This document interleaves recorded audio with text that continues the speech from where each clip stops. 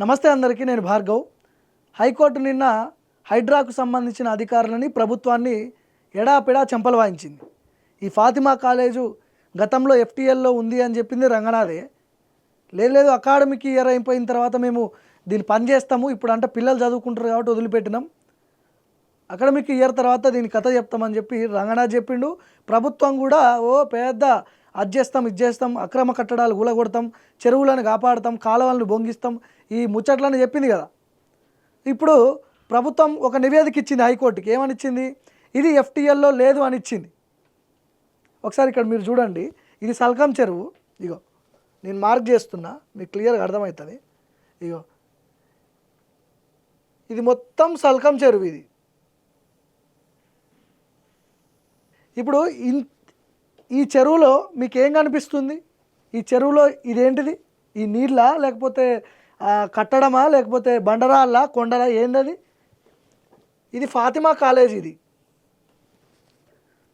సగం ఆక్రమించి సగం చెరువులో నడి చెరువులో కాలేజ్ ఉంది కదా.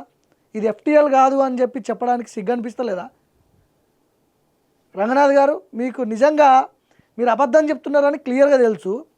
ప్రభుత్వం తరపున నివేదిక ఇచ్చేటప్పుడు హైకోర్టుకి ఇది ఎఫ్టీఎల్లో లేదు అని చెప్పి పచ్చబద్దాలు, నోటికి ఏదొస్తే అదే, నాలుక ఎన్ని మడతలు పడితే అన్ని మడతలు. ఇది చూసేటోడికి ఎవడన్నా ఇది ఎఫ్టీఎల్ లేదు అంటే నమ్మడానికి ఏమైనా ఉందా? మీరు చెప్పండి, కామెంట్ చేయండి కింద.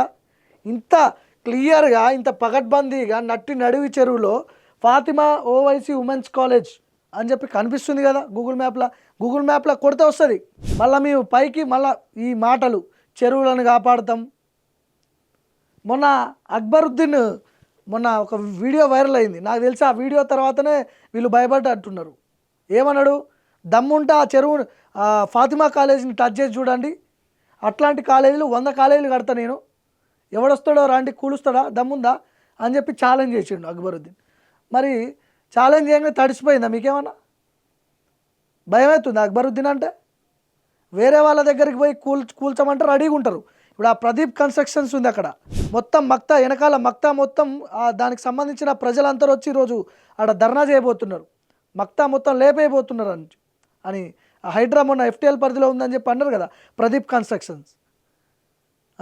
వాళ్ళ మీదకైతే పోతావు కక్ష తీర్చుకోవడానికి.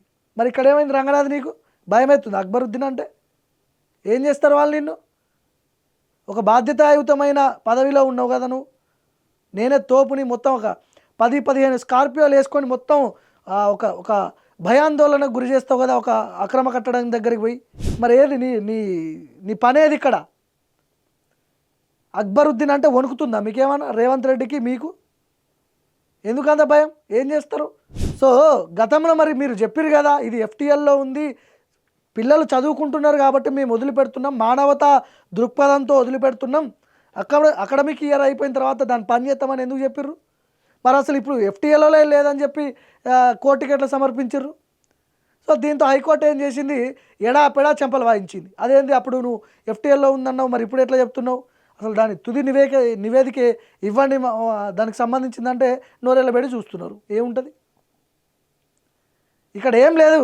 హైడ్రా అనేది ఎవరినో బెదిరించి, పెద్ద పెద్ద బిల్డర్స్ని, బిజినెస్ మ్యాన్స్ బెదిరించి వాళ్ళ దగ్గర పైసలు తీసుకోవడమో, లేకపోతే వాళ్ళని బెదిరించడమో, బ్లాక్మెయిల్ చేయడానికి వాడుతున్నారు అనేది బయట జరుగుతున్న చర్చ. నేను అంటలేను, బయట మాట్లాడుకుంటున్నారు ప్రజలు. అదే పేదోళ్ళ ఇళ్ళ మీదకైతే బుల్డోజర్ మొత్తం రప్పున వస్తుంది, మొత్తం కొట్టేసుకోవడం. అసలు వాళ్ళ ఆర్తనాదాలు వింటే మీకు అర్థమైంది. పాత వీడియోలు ఉంటాయి యూట్యూబ్లో, చూడండి మీరు.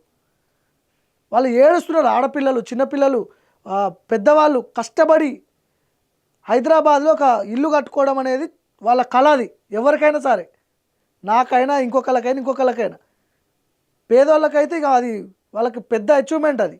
అట్లాంటి ఇళ్లను బుల్డోజర్ తీసుకుని ఒకటే దెబ్బకి లేపవతలేస్తున్నావు. మరి ఇట్లాంటి వాటికి దగ్గరికి పోవాలంటే మళ్ళీ తడిసి మోపడవుతుంది. జిహెచ్ఎంసీ ఎన్నికల్లో మాత్రం మిమ్మల్ని వదిలిపెట్టరు. నాకు తెలిసి జిహెచ్ఎంసీ పరిధిలో ఉన్న ప్రజలు పొట్టు ఓడగొట్టాలి కాంగ్రెస్ పార్టీ వాళ్ళని. దానికి బాధ్యుడు ఏవి రంగనాథ్ కూడా అవుతాడు. ఎందుకంటే ఆయన వల్లనే కదా ఇదంతా విధ్వంసం. చూద్దాం ఇంకేం జరగబోతుంది. ఈ హైడ్రా ఇంకా ఎన్ని విధ్వంసాలు చేస్తుందో, మరి ఎవరెవరిని ఇట్లాంటి ఫాతిమా కాలేజీలని ఎంతమందిని వదిలిపెడతారో, ఎంతమందికి ఎగ్జంప్షన్ ఉంటుందో చూద్దాం మనం.